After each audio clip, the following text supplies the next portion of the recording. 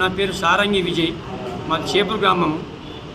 మా చేపూరు గ్రామంలో నా భూమి గురించి కొందరు అనేక రకాలుగా తప్పుడు మాటలు మాట్లాడుతున్నారు.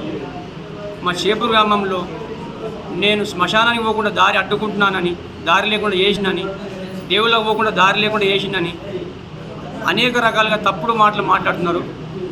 వాళ్ళకు సమాధానం ఏంటంటే, ఈరోజు రండి, శ్మశానానికైనా దారి మంచి దారి ఉంది, దేవుళ్ళకైనా మంచి దారి ఉంది, అన్నీ మంచిగా ఉన్నాయి, ఊరు కూడా మంచిగానే ఉంది. కొందరు అనవసరంగా కొందరు చిన్న చిన్న లీడర్లు ఎలక్షన్ల కోసం అనవసరంగా పని కట్టుకొని విలేజ్ కమిటీ పైసలు వృధా చేయడానికి, మాపై కక్ష తీసుకోవడానికి, మేము మాదిగా దళితులం, మాపై కక్షతో మా పంట ఖరాబ్ చేసుకొని మా భూమి గుంజుకోవాలని, ఈ దారుణంగా ఆదాయం కూడా కావాలని మమ్మల్ని అనేక రకాలుగా ఇబ్బంది పెడుతున్నారు. దయచేసి ఇవేం నమ్మద్దని మా చేపూరు గ్రామస్తులు కూడా చెప్తున్నా, ఏం నమ్మద్దు, అన్నీ మంచిగానే ఉన్నాయి, కావాలని కొందరు పని కట్టుకొని ఇట్లా మిమ్మల్ని ఇబ్బంది పెడుతున్నారు.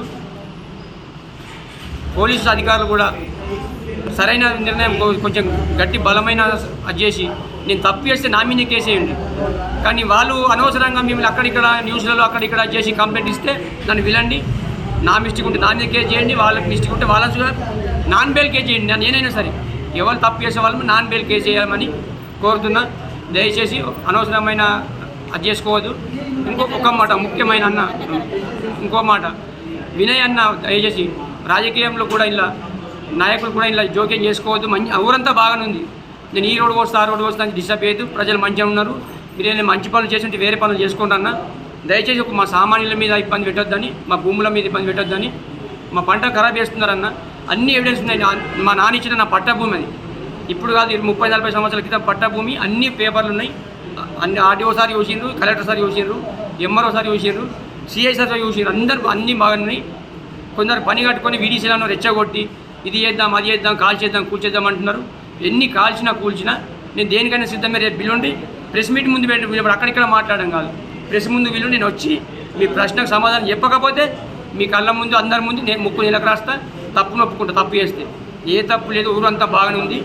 అనవసరం పని కట్టుకొని లీడర్లు దయచేసి అలా నమ్మొద్దని నన్ను అడగండి. నన్ను పిలిస్తే ఎక్కడికైనా నేను పిలిచి రాకపోతే ఏ శిక్షకైనా నేను రెడీ. పోలీసులు, రెవెన్యూ అధికారులు, ప్రెస్ అధికారులు సహకరించి అన్నీ మంచి జరిగేలా చేయమని, ఇప్పటి నుంచి అన్న శ్మశానం అనే పేరు మాసిపోవాలని నేను పూర్తి సహకరిస్తాను. నా నుంచి అడగండి, ఏ విషయం ఉన్నా నేను పూర్తిగా సహకరిస్తాను.